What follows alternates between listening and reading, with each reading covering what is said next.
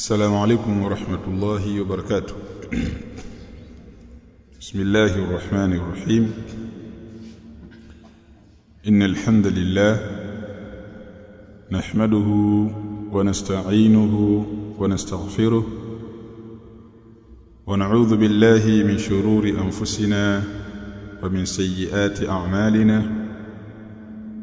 من يهده الله فلا مضل له ومن يضلل فلا هادي له. واشهد أن لا إله إلا الله وحده لا شريك له واشهد أن محمدا عبده ورسوله صلى الله عليه وعلى آله وأصحابه وسلم ومن تبعهم بإحسان إلى يوم الدين. أما بعد. بعدكم حميد الله سبحانه وتعالى na kumsalia mtume wetu Muhammad sallallahu alaihi wasallam kwa mapenzi yake yeye Allah na fadhila zake zilizo tukufu ametujalia leo hii kukutana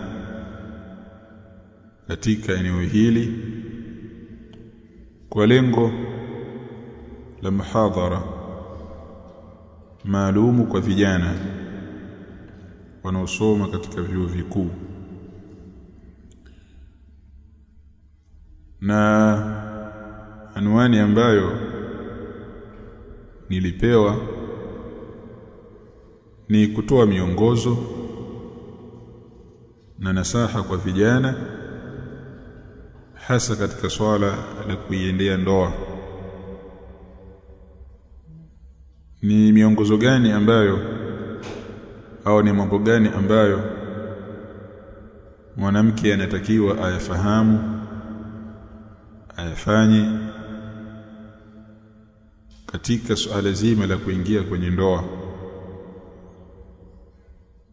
na kama hivyo upande wa kijana wa kiume. Baada ya mimi kupewa ujumbe huo, nikawa nimeandaa mahadhara huu kwa kuipatia anwani ambayo itabeba lile lengo.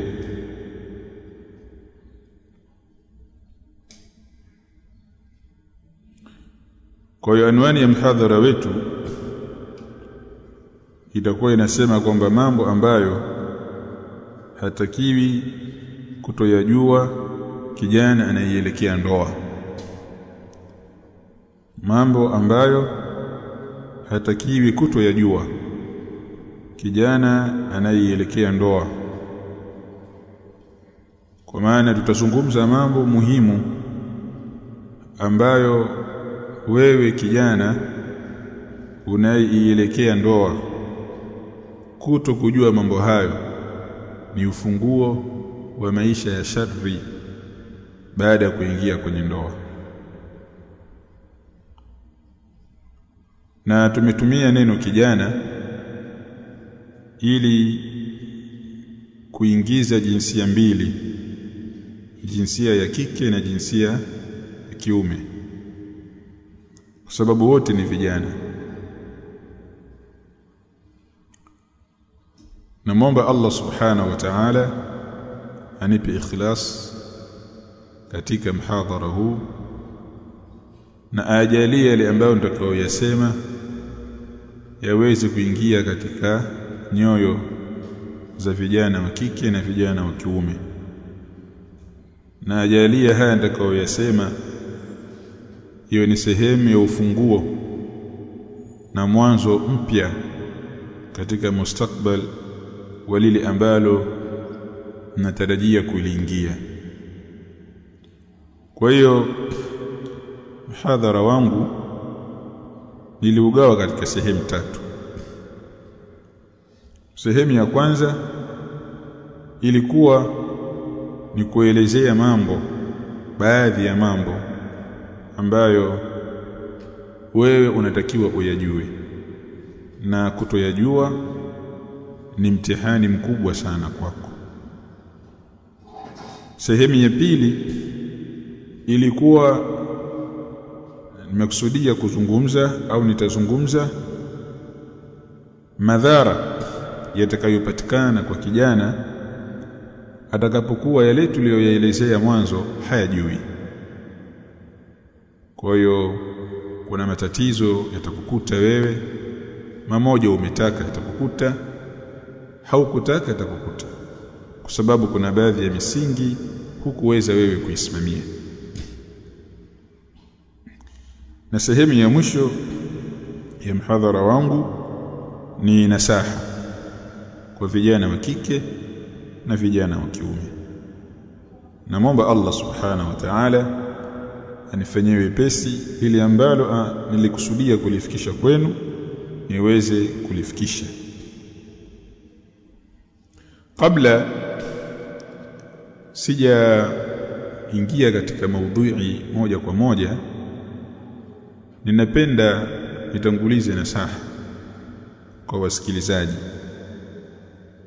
kwamba kuna tofauti kubwa sana baina ya kusoma na kusikiliza.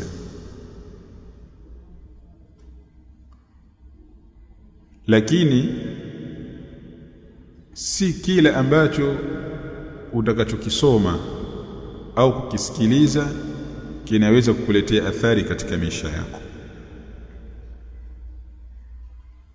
Athari katika maisha inakuja katika utekelezaji.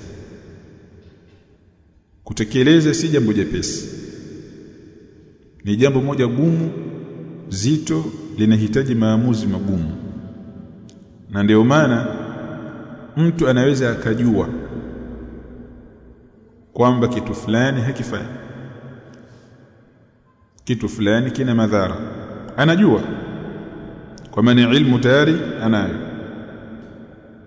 Sasa kupambana na nafsi yake asifanye kile ambacho nafsi inakiri ya kwamba kina madhara, au nafsi inakiri ya kwamba kina manufaa, lakini ima ni mazingira au mazoea au jamii iliyomzunguka, hawezi kutekeleza lile jambo. Kwa hiyo sisi hapa tunasikiliza, mmekaa na madaftari yenu na kalamu zenu mnaandika, bila shaka mtakuwa mmeelewa, na Allah subhanahu wa ta'ala awajalie muelewe. Shughuli itakuja kwenye utekelezaji. Sasa kwenye kutekeleza mtaki Allah subhanahu wa ta'ala msaada, wala usitegemee nafsi yako. Kwenye kutekeleza muombe Allah unaposali, muombe Allah unapokuwa mwenyewe katika ibada zako, akufanyie wepesi uweze kutekeleza, kwa sababu msaada kutoka kwa Allah ni muhimu sana kwenye kuendea mafanikio yako. Tatizo ambalo sisi vijana tuko nalo ni kujiamini katika mambo na kutomlilia Allah subhanahu wa ta'ala atusaidie sisi katika mambo yetu. Wengi tunaamini uwezo wa kimali ambao familia zetu uko nao, tunaamini uwezo wa kiakili uliokuwa nao, uwezo wa maarifa. Wewe ni mtoto wa mjini, ukuzaliwa shamba, umezaliwa mjini. Yale mazingira yanayomzunguka mtu yanaweza kumuathiri akashindwa kumtaka Allah msaada. Na ndio maana mtu anaweza kukaa wiki nzima, siku 3, siku 5 hajanyanyua mikono yake kumomba Allah subhanahu wa ta'ala jambo lolote, bali hata kumshukuru Allah kwa neema ambazo hafanyi. Hili ni jambo baya, na ni katika vitu vinapelekea kwa asilimia kubwa kufeli kutoka kwenye ubaya kwenda kwenye uzuri. Kwa hiyo tumtakeni sana Allah msaada, muombe sana Allah katika mambo yako, na Allah subhanahu wa ta'ala ameshahidi ndani ya Qur'an, ud'uuni astajib lakum, niombeni nitakujibuni. chochote unachokitaka muombe Allah subhanahu wa ta'ala, atakupa. Hizi ndio nasaha ambazo nazitanguliza kwenu kwa haya ambayo nimekusudia kuyasema. Tukiingia katika mazungumzo yetu na mhadhara wetu huu katika sehemu ya kwanza ambayo tutazungumzia elimu, umuhimu wa kuyajua baadhi ya mambo kabla kuingia katika ndoa. Na nilipopewa taarifa ya mhadhara huu, binafsi mimi nilifarijika, kwa sababu ni ishara ya kwamba nyinyi vijana wa kike na vijana wa kiume wataka kuoa, na ndio maana mkaomba miongozo katika hili jambo la ndoa. Allah subhanahu wa ta'ala afanyie wepesi, vijana wa kiume muoe na vijana wa kike pia muolewe. Jambo la kwanza katika sehemu ya kwanza ni nini maana ya ndoa? Ndoa ni nini? Neno an-nikah ni neno la Kiarabu ambalo wanawachuoni wa lugha ya Kiarabu wakilizungumzia neno an-nikah wanasema an-nikahu huwa ad-dhamm wal-jam'u wat-tadakhul.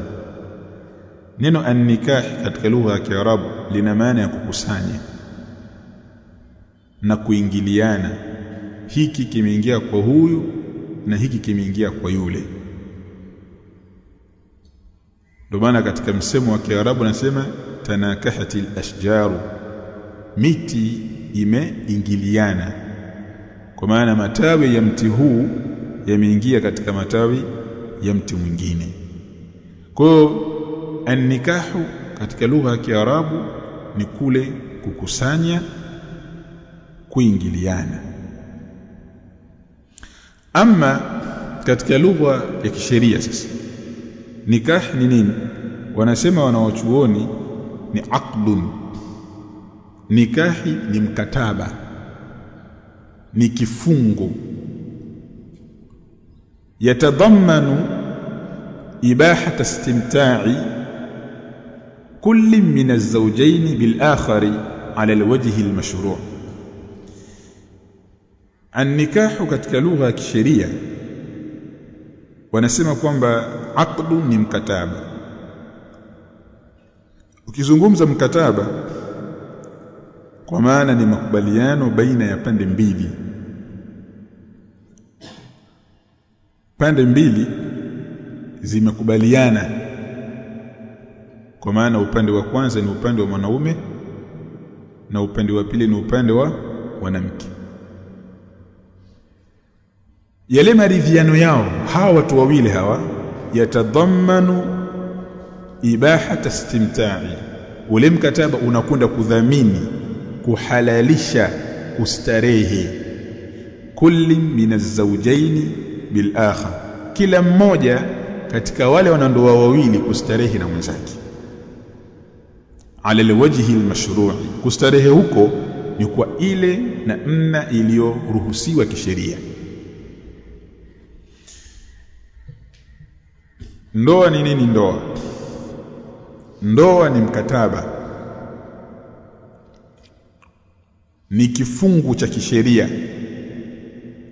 Ule mkataba ule mnapofunga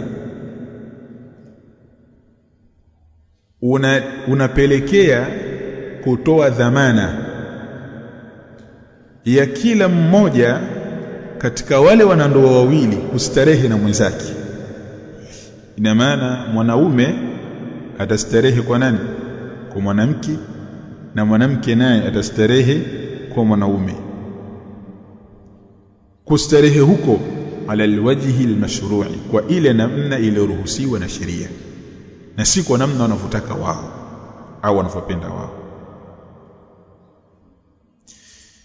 Jambo la mwanaume kustarehe na mwanamke na mwanamke kustarehe na mwanaume ni jambo la kimaumbile. Ni jambo la kimaumbile.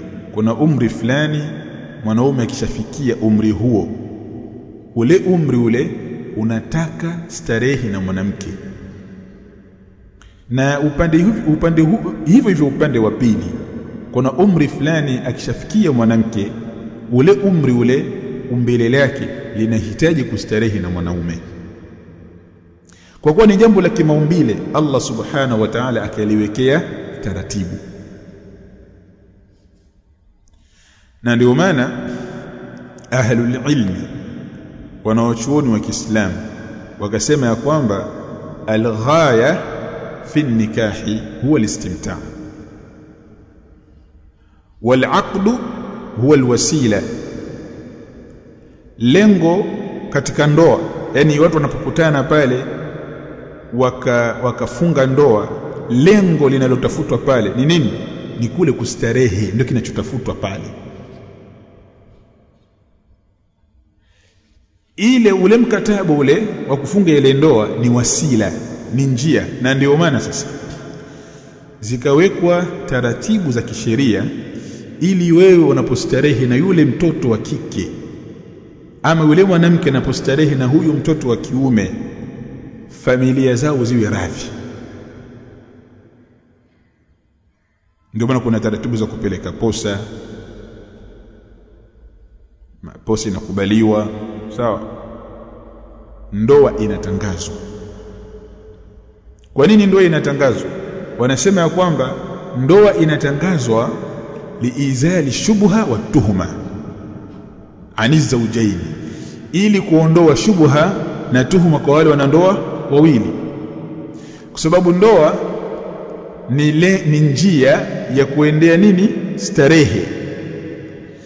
Ndoa inabidi itangazwe, fulani anaolewa na fulani na fulani anamuoa fulani. Sisi tukiambiwa ya kwamba binti fulani anaolewa na fulani, tunaelewa nini hapo? Tunaelewa ya kwamba anakwenda kustarehe na huyo bwana. Kwa hiyo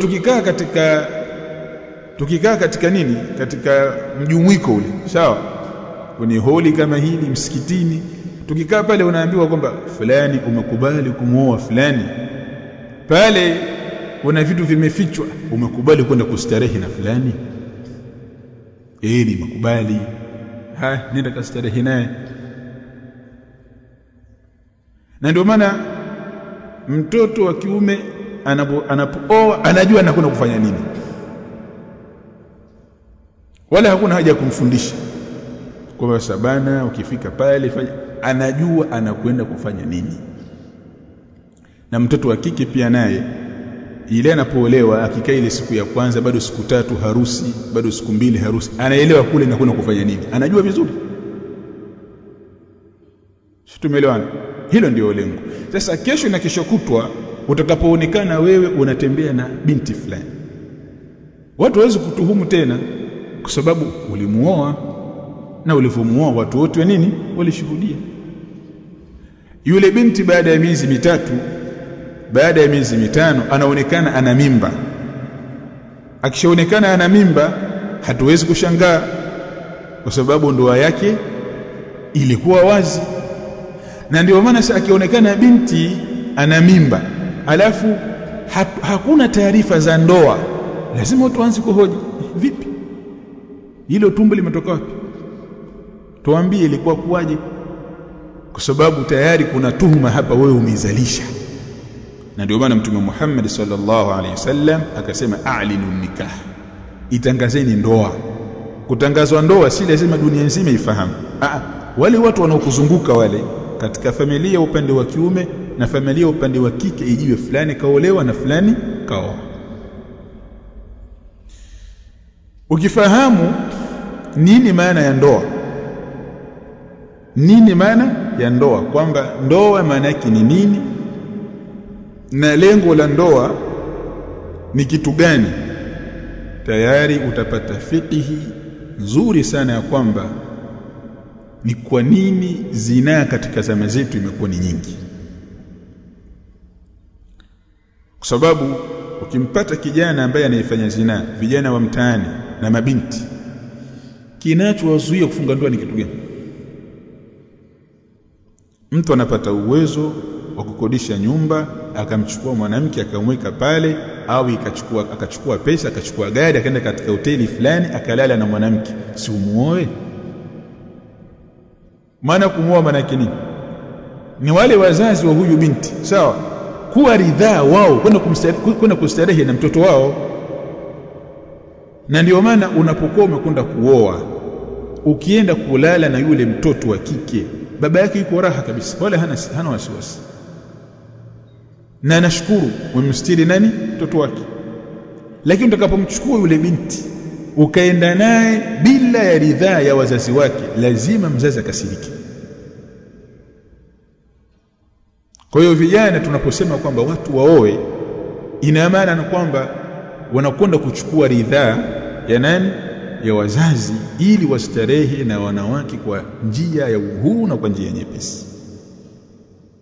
Na ndio maana salafu salih, ndoa ilikuwa ni jambo jepesi sana kwa wao, sahali kweli kweli. Yani kama vile mimi ninakutana na wewe, nakwambia bana, mimi dada yangu yuko nyumbani pale, sasa naona shamaliza eda tayari, aliachika kwa mume wake au mume wake alifariki, njoo muoe basi. Sawa, naona kumwambia dada yangu, akishakubali mimi na wewe na kuchukua na watu wawili watatu, tunakwenda pale, bana mimi nimemwozesha huyu dada yangu, haya safari, jambo limekwisha. Wewe sasa uliyepewa mke ndio unatakiwa ufanye walima. Walima maana yake nini? Walima sasa unawatangazia watu, sawa, kwamba mimi nimeoa na hapa ninasherehekea ndoa yangu. Ndio maana ya walima. Na ndio maana walima ni haki ya mume, si haki ya upande wa nini? Wa mke. Hizi familia zetu za Kiswahili, binti anataka kuolewa, watu wanakaa vikao, waandae chakula. Muandaa cha nini? Kwa nini mnahusika? Anayehusika na hizi shughuli ni yule anayekwenda kuoa, ndio anahusika na mambo ya sherehe. Upande wa mke sisi ni kumtayarisha binti yetu, dada yetu, kumtayarisha mama yetu aende kwa mume wake, basi kadhaa imekwisha. Shughuli nzima ni upande wa nani? Wa mume, si upande wa mke. Kwa hiyo salafu salih, ndoa zao zilikuwa sahali kabisa. Sisi huku ndoa zimeingizwa mambo ya kimila.